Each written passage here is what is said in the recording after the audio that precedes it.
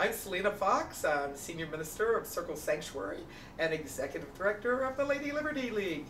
And I'm here at the 18th Pantheacon. Been coming for the last several years, and it's a wonderful event. It brings together pagans of many different paths and places to share information, to network, and to have celebration. What is Pantheacon to the community? Pantheacon is a grand gathering of a variety of different pagan paths and traditions. And in many ways, it's like the pagan movement's family reunion. There are pagans who have been connected with paganism for many years that come to this event not only to teach, but to reconnect with old friends and to meet new ones. Pantheacon is about pagan diversity. This year, the theme is unity and diversity. There's a great convergence of so many different people, of different traditions, and the idea is to be able to sample and understand the wide range of paganism, not only in America, but around the world today. Now, one thing I've been hearing throughout Pantheacon is the idea of addressing problems in our society. You know, that there's various panels to address the panels in there. One of them is the decline of women's spirituality and spaces for women's spirituality, such as in colleges ending in women's studies groups, that a lot of the women are speaking out about the fact that women's spirituality is getting changed. Have you seen that? There's a number of different advances that happened in the 1960s and 1970s and 1980s, women's spirituality being some of that. And there's been a change in many different places with women's spirituality and goddess spirituality. Some of that has really flowed into the mainstream, and I see that as a really positive thing. But I also think there's still a place to be able to study different aspects of diversity in American society and in the world today. And women's studies would be one of those aspects. Pagan studies, which is up and coming and actually growing, is another part of the diversity in America. I think it's really important to not only have coursework and opportunities to get the broad overview, but to be able to go deep into some of the different aspects that make up not only paganism, but our world today. I noticed there were 220 different classes, of which you taught 3 of them? Correct. When you're not doing classes, which classes are you attending here at Pantheacon? I make sure when I come to Pantheacon each year, I not only have some time to prepare for the rituals and the workshops I'm doing and to connect with people afterwards, but I weave into my schedule an opportunity to go and learn something new, to attend presentations about traditions that I haven't had much information about, to connect with other people that I know that have new endeavors in the works to provide support. And sometimes my choice of things that I attend are quite spontaneous. Finding out about it through an encounter with someone that may have come to a workshop I've done or that I've happened to connect with at a meal. And what I really like is not only the educational programming and the entertainment, because there's music and dance and a variety of different art forms, rituals, and the social scene. There's a variety of different hospitality suites on some of the floors in the main hotel. And during the course of Pantheacon, I endeavor to get around to some, if not all, of the suites to be able to connect with the individual communities that are having the social scenes. So you meet with all these older friends. You have a lot of friends here that you meet for once a year, right? Once or sometimes a few other times, depending on if we're speaking at the same conference together. But some people, this is where I see them each year. Okay. Now, it's very interesting. A lot of people come and see you. You're one of the centers of attention. that I feel that people want to, there's a lot of people who want to come out and see you. I noticed that all your classes have been filled to the point where they close the doors and people have to be turned away because of fire restrictions. How does that feel to see that compared to a couple of years ago? I mean, to see these sort of overflowing rooms come out to see you and having all these people just know who you are. I really appreciate the opportunity to be able to connect with people that have read my works, that have benefited from some of the organizations that I help facilitate. At Pantheacon this year, there have been a number of military pagans that have come and that have personally come up to me and thanked me and Lady Liberty League and Circle Sanctuary, not only for our work on the Pinnacle Quest, but some of the other military ministry work that we're doing, including Pagan Warrior Radio, which we're doing on the Pagans Tonight network every Tuesday night. And it's wonderful to have that direct interaction. Yes, some of the people have made contact by email or posting on my main Facebook page, but to actually have that face-to-face interaction is really fabulous. Talking about your work with Pagan Military people, in the last year you've really stepped that up, your Lady Liberty League and all your groups. That group is coming out, is that Circle Sanctuary Military Ministry? Correct. Can you talk about what you've done in the last year with the Pagan Military? Okay, that's good. All right.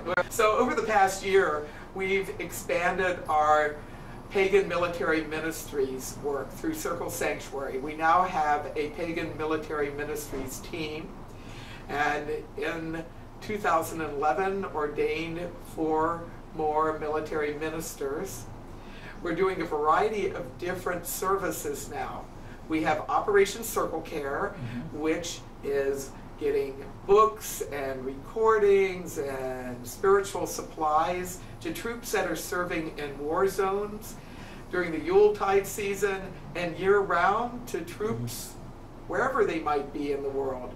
We are sponsoring military circles with more than 24 in the United States on various ships and in war zones. We also are continuing our work with the quest to get a pagan trained and endorsed military chaplain in the U.S. military. We were the first organization to put forth a candidate for U.S. military chaplaincy, and Circle Sanctuary is the first to apply to get the status of ecclesiastical endorsing organization through the U.S. Department of Defense. While we met all the criteria, those that were in charge of the military who considered our application took quite a bit of time, and then ultimately then Secretary of Defense Donald Rumsfeld refused to put the final signature on it. But that hasn't stopped us, because we are continuing to do some work and train some new candidates who fit within the age qualifications to be able to be a military chaplain. Some of the other things that we have done within the past year is start the Pagan Warrior Radio weekly internet radio show on Pagans Tonight network. It's 8 to 9 p.m. Central every Tuesday night. In addition to having program topics and presenters that are specifically geared to pagans in the military, one of the things that I've been doing is facilitating online ceremonies so that those people who are serving wherever they might be in the world, as well as the larger pagan world, can have a community experience for celebrating the seasons, and that's met with good response. Talking about, we've had various conflicts. The Iraq War has been wound down. We're still in Afghanistan. Now we have all these pagan military troops coming home. Is the pagan military team looking to help the veterans coming home? Yes, we have at the Pagan Spirit Gathering every year programming specifically for pagans in the military and their families. Every year we have the Warrior Blessing ritual. That ritual honors those who are still serving, honors vets, and also honors those who have returned home. In addition to the Warrior Blessing Ritual, which not only is done at Pagan Spirit Gathering, but various members of our military ministries team have been having this ceremony in various forms in different parts of the country as well. We also have some specialty rituals for people who are preparing to go off into a war zone and for those who are returning. On Veterans Day of 2011, we launched a brand new award for pagans who have served and who are serving. It's called the Pagan Military Service Ribbon. It is a medal that we are giving ceremonially face-to-face to those who have served and who are serving. Here at Pantheacon, I have awarded this medal to some individually, but I've also had 2 ceremonies embedded in some of the larger presentations that I have been doing. I started out my leadership training intensive on life passages with an honoring of pagans who have served and who are serving, and the awarding of this ribbon to them. It met with really good response, and at the Bridget Healing Circle, I also did an honoring of those who have served and are serving who were present at the ceremony. I can tell you from the experiences at Pantheacon, it not only was moving to those who have just come back from war zones, but all of those who received this ribbon were really deeply moved, not only at being acknowledged in a very tangible way, but at having the attention and the recognition and the applause and the thanking of pagans in community. Many people came up to me who were part of the process of honoring these veterans and troops and really giving very positive feedback and saying there needs to be more of this in more communities so that pagans who are serving and who have served really have an understanding that the larger pagan community is supportive of them and appreciative of them. Yes, there are things in society as a whole that gives appreciation to the troops and the veterans, but to have recognition and a thanks coming right within the community is really powerful. One of the vets that came up to me after a ceremony at Pantheacon said to me, "This is the first thanks that I have gotten since getting back. It really has brought healing to me." And I do think, especially for those who have been deployed to war zones and that have come back, being able to be in community, to be appreciated, and to have that support can really go a long way to not only supporting the person for what they have done, but reintegrating those who have served into civilian life if their time of service is done, or if they are now serving stateside, being able to heal from the experiences of war and in serving away from one's homeland. Today at the Pagan Media panel, there was a question raised about why don't we have our own Jewish Anti-Defamation League for pagans? And one of the participants yelled out, "We do, Lady Liberty League." I have a question for, do you think Lady Liberty League is well known? It depends on who you talk with. Certainly the Lady Liberty League is well known to a number of pagans. Our work of the Lady Liberty League is probably more known than even the phrase Lady Liberty League, even more known than the name of the organization. I think that when it comes to pagan rights work, that it really is important that there be a number of different organizations that are supporting this work, whether it's their main focus or not, to have multiple groups and individuals join together, form alliances to work together to get equal rights for pagans, to help pagans who've been discriminated against, to build better understanding in society as a whole, which hopefully will avert the discrimination, the bullying, the bad-mouthing of pagans and paganism that is still rampant in some parts of the world and in society. So the Lady Liberty League began in 1985. It grew out of an effort of having pagans join together to stop a piece of federal legislation which would have defined the Wiccan religion as satanic and taken away equal rights in terms of getting 501c3 status, legal church status. I was one of those that was involved in helping to defeat what was known as Amendment 705, or the Helms Amendment, which was an amendment to a postal appropriations bill that had to go through Congress because that's what funded the post office.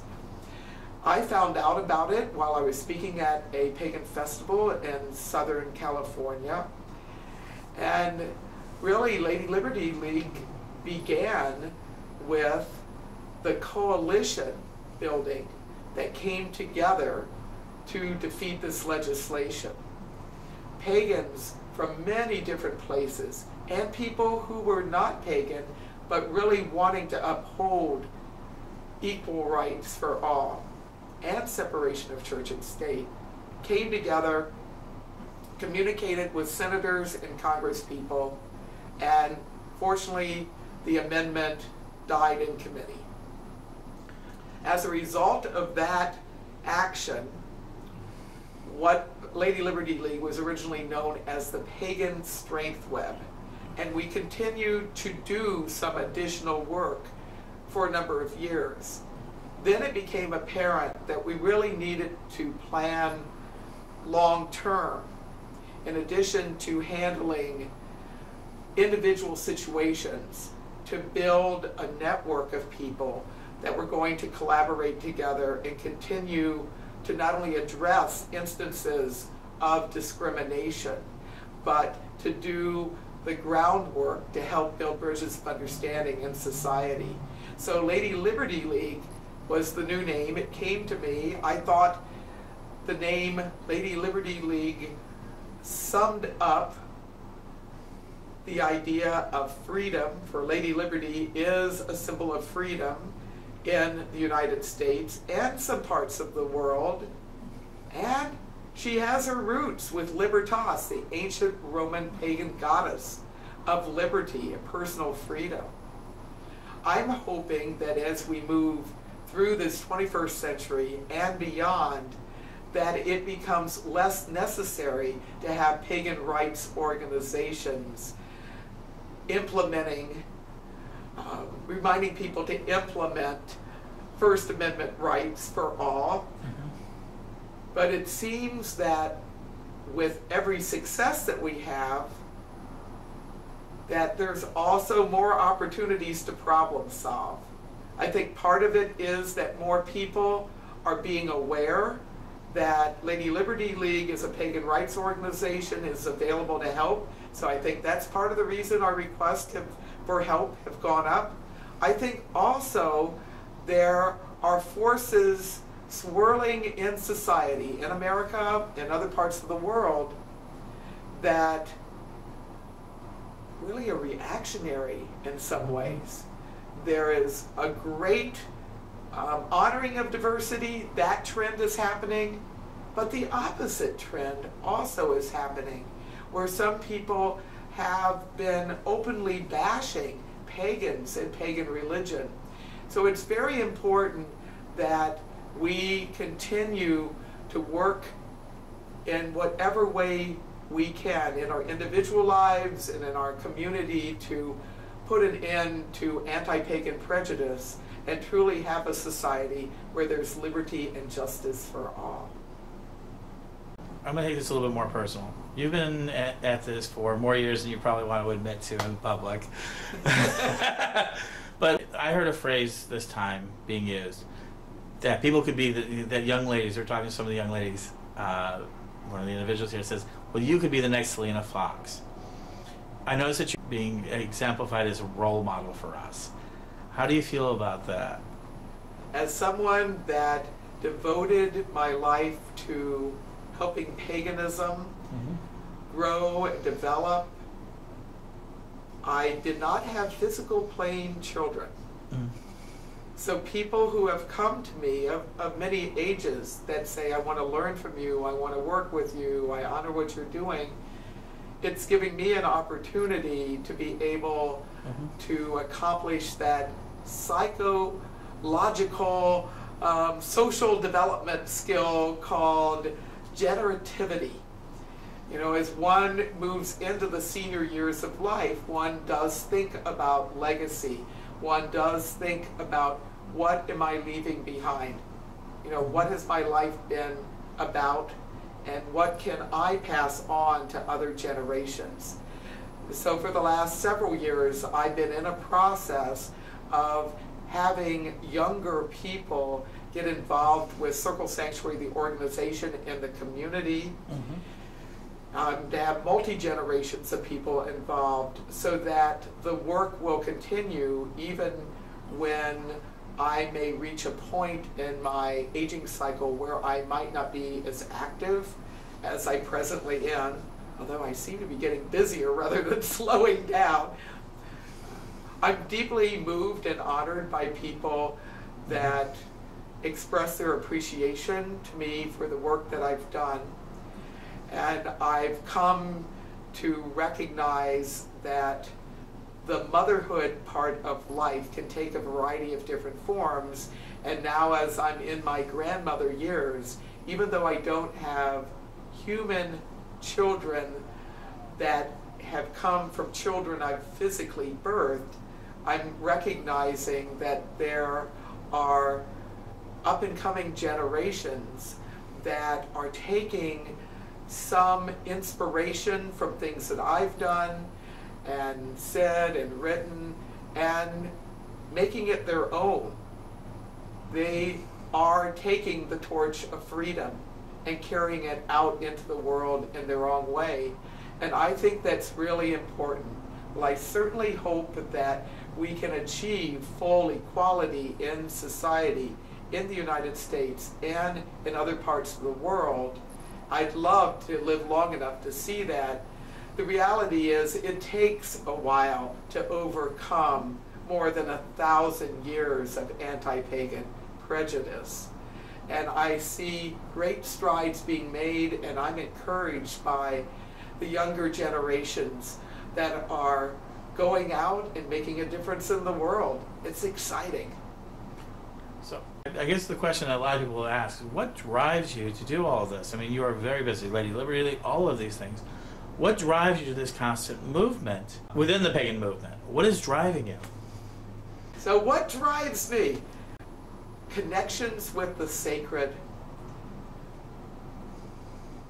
a vision that it is possible to have a world that is environmentally sustainable, a world where humankind can be in better relation with each other as well as the larger circle of life on this planet and the universe.